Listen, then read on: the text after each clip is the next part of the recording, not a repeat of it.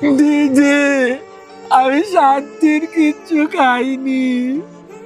তো কি আমায় খাবি নাকি?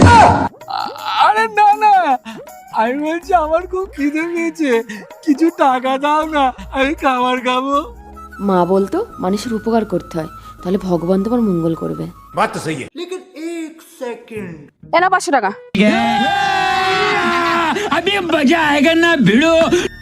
খাবার খেয়ে বাকি টাকাটা আমাকে ফেরত দিয়ে যাবে। আচ্ছা ঠিক আছে দিদি। আমি এখানে দাঁড়িয়ে থাকবো, দিয়ে যাবে তো? হ্যাঁ হ্যাঁ, দিয়ে যাবো। যাও খাবার খেয়ে এসো।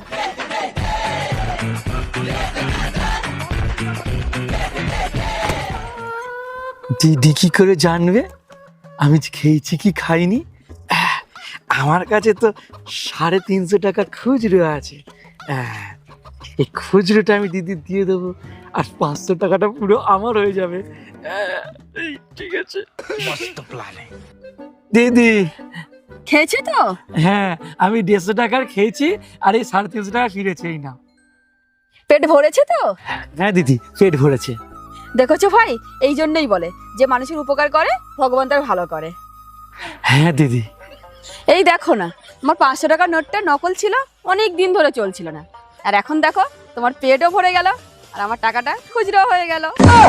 যে ক্ষতি আমার হলো তার দায় কে নেবে?